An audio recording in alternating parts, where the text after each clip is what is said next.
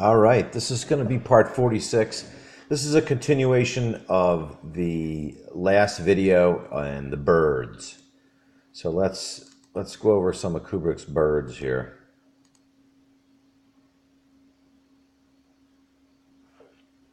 This is chapter 11. Let me go back so you can see it's chapter 11. Watching this area right here, you'll see it's chapter 10, chapter 11.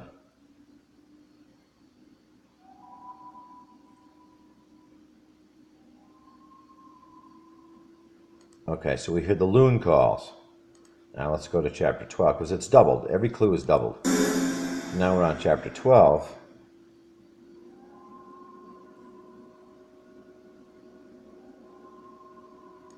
So there's your Looney Tune loon calls right there. Let's minimize this. Let's go to Adobe Photoshop. So here we have the, this is the bronze eagle behind Ullman's head that disappears. It's not there now. So this is another, this is the first time we see the bronze eagle disappear. This bronze eagle disappears when Jack goes to disable the radio. So we can see it's not here now. It's gone. It would be right here, and it's not. The Kitty Hawk, Apollo CSM, the Kitty Hawk Byrd. The Kitty Hawk location where the Wright brothers were first to fly their airplane, their biplane. Kitty Hawk, Apollo 14 CSM. The Hawk Productions had these sweaters made for The Shining, and also I believe Full Metal Jacket used Hawk Productions as well. You got One Flew Over the Cuckoo's Nest. Kirk Douglas is the first McMurphy on Broadway. So the first person that plays, that does a play on this book is Kirk Douglas. He's the first McMurphy. The last McMurphy is Jack Nicholson.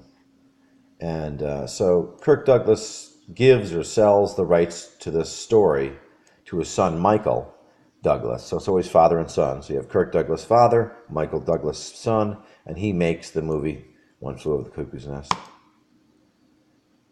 This is the thing I got wrong in the end of the last video. I totally flubbed. Richard Byrd is born on October 25th. This is the release date of the movie Halloween. This is the whole Laurie Strode clue set. So you have Woody Strode, the long jumper, Laurie Strode, Halloween. So we're being pointed to Operation High Jump, Long Jump. So that's why he uses Laurie Strode, Woody Strode. So this is the date that movie is released. The other John Carpenter movie that I didn't get correct was the movie The Thing is released on George Orwell's birthday. So John Carpenter is an alchemist, and he's using the release dates just like Kubrick is. Here we have Wing Attack, Plan R. It's always Wing, Build Better Wings, Icarus.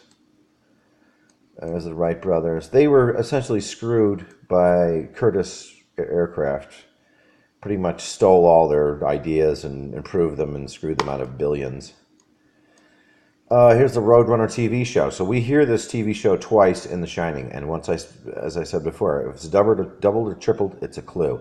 So you hear the Roadrunner TV show twice during the movie The Shining. And of course, the Roadrunner is in the Cuckoo family. The Roadrunner is New Mexico's Byrd. So we already have Corona, New Mexico, from our Corona clue set. So now we have the New Mexico State Byrd. The New Mexico State vegetable is the pepper. Red or green was the state motto. So we have Sergeant Pepper's and Dr. Pepper, the doctor for Kennedy, and Dr. Pepper, the soda.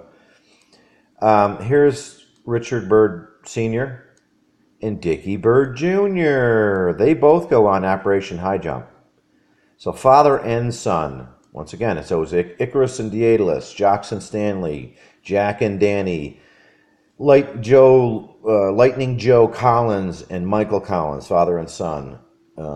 Jupiter and Apollo, father and son. Saturn and Jupiter, father and son. And a lot of times it's father and daughter as well. And I believe there's going to be mother and daughter in here, but I haven't found any yet. So, maybe it's because I'm prejudiced. I'm always looking for father and son and father and daughter. But this is what I forgot to go over in the last video as well.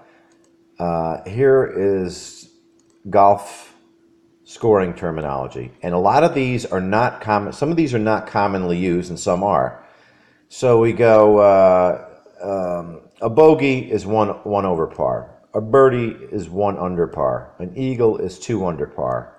An albatross is 3 under par, or also known as a double eagle. A par, 4 under par, this is very rarely done, but it is done, can be known as a condor or a triple eagle. So this has been done. This shot has been done. I think 4 times. There's been witnesses that actually. This is extremely. This is like a 500-yard hole in one. Basically, is what a condor is. A falcon. I don't think anyone's ever gotten a falcon. This would be 5 under par on a par 6. So you would have to hit this thing like 650 yards and sink it in the hole. You know, it's just the impossible golf shot. You know, if somebody tells you, "Oh, I got a falcon," you know, really, you did, huh? So this is the Apollo 15 Falcon analogy we're using. It's 5 under par, and why is it 5 under par? Because they skipped all the rocket launches. They did, you know, they went right to the studio, and the only launch they have is the 3-footer from Neil Armstrong's capsule to the moon set. So that's an integral part of Kubrick's thing. And I keep telling people, you know, I've talked to people who are golfers, and they're like, "I've never heard of a falcon. You're full of shit." Well, guess what? It's a real deal. It's just not used very often. It's usually a quadruple eagle, and you know, no one ever gets a falcon, so you're not going to know. What, you know, it's not like my friend Joey got a falcon, so now you're going to know the word. Here's the New Mexico state bird, the roadrunner. It is in the cuckoo family. So on Apollo 15, at the end of their famous falcon feather hammer drop, we hear someone doing an imitation of a cuckoo whistle. So, you know, we heard the loon calls on chapters 11 and 12, and we have Apollo, 11 and 12, 12 men land. Here is Admiral Byrd. So let's do this. Let's go to the Condor. We'll type in Condor golf score. You know, this is another one of those almost impossible golf shots.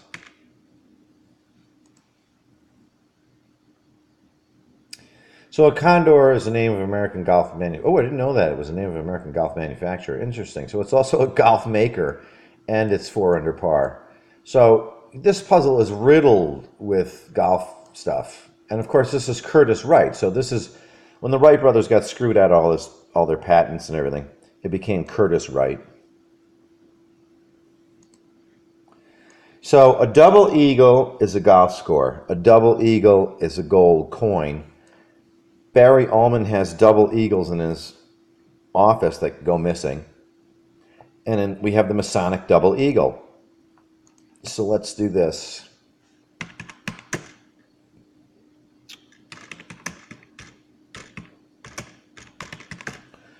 Let's go right to Eyes Wide Shut. And we have the chair. Oh, come on. Someone's going to have... Well, here, I guess this isn't going to be a great picture of it. But the chair that Leon Vitali that sits on, that he's born the same day Kubrick is, the chair he sits on has this exact design to it right here, the picture I just showed you. It looks just like this. It's, you know, it's carved, of course, out of wood. But it has the crown and it has the double eagle. So a double eagle can be many things. And once again, Kubrick's using a language. This is a double eagle gold coin. We've got the Admiral Byrd, you know, it's obvious. But we got Dickie Byrd Jr. This is Full Metal Jacket. And right as he shoots the Vietnamese guys and kills them, he pauses and he smiles and he goes, and he starts the Bird is the Word song. The bird is the word. You know, it's a trash band one-hit wonders. Here's a cuckoo chick. They hatch earlier than the native bird's eggs. So the first thing it does when it hatches, it pushes all the eggs out of the nest. It's nature's eugenicist. And watching these videos, it's very disturbing. This thing is like driven to kill these birds. So this is why Kubrick gives you the Roadrunner and the Cuckoo and Eugene's. Here's Admiral Byrd's flagship, the Mount Olympus, You know, this is not a bird, but this is back to the whole Battle of the Titans allegory. So he's, you know, he's part of Lodge 777. Isn't that interesting? So he doesn't live much longer after he gets back. He lives 20 years and then he dies. And then his son, I believe, dies mysteriously. He's found in like a meat packing warehouse, dead. All right, so there's the photographs. I just wanted to finish up the birds. Here's George Orwell. George Orwell is born June 25th. And we have The Thing. Oops. We have the movie The Thing. The release date is the same date, June 25th. So this is Orwell's birthday. I'll put the date puzzle for this. I think it's General Custard, which is mentioned by Crazy Euro. So we have General Custard, we have The Thing release date, and we have George Orwell. And we already know Orwell's in the puzzle just from all the animals. We're doing Animal Farm. And Orwell was an open flat earther. You know, he said publicly that he didn't believe we lived on a globe, and also he hides it in his book too. If you read 1984, there's all kinds of veiled references that we don't live on a globe. Just like George Bernard Shaw. So this is the double ego chair. Now remember, we had the gin chair. He's using chairs. We had the gin chair. We had the sea hare rock. We had the three-legged chair by the dead twins. So chairs are being used. We had the rocking chair in their apartment that goes missing. You know, it's a rock clue. Let's see where we are here. This is another part I wanted to cover that I forgot in the last one too. A rafter man in cards is also known as an admiral. And rafter man in the movie Full Metal Jacket hangs out with Joker. They're the two, you know, they're two combat correspondents, just like J.D. Salinger, just like Alex Koval. So we have a quadruplet of combat correspondents. So a Joker in cards is also known as a Byrd. So with these two names, we can take a rafter man and we can call it a rafter man, or we can call it an admiral. We can take a Joker and we can call it a Byrd for Admiral Byrd. Dick Halloran's hated nickname in Stephen King's book, The Shining, which this is omitted from the movie, his hated nickname was Dickie Byrd. Oddly enough, Admiral Byrd's son was called Dickie Byrd, because you couldn't call both of them Richard because you wouldn't be able to differentiate. So they called one Dick or Richard, and the other called the other one Dickie Byrd, and it was his son. So once again, it's father and son again. Icarus Daedalus, Jocks and Stanley, Jack and Danny, Jupiter and Apollo, Saturn and Jupiter. And this is an interesting one I figured out. Jack Elam, his last name is a palindrome for a male. So a Jack is a male rabbit. So Jack male, that makes sense. And a female would be a hare. And that's it for this one right now. I don't think I have anything more in here. Let's see, it's in this. No, I think I covered everything.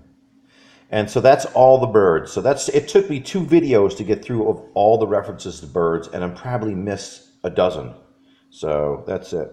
And you guys have a great day, and I really want to thank everybody for the positive responses on the videos.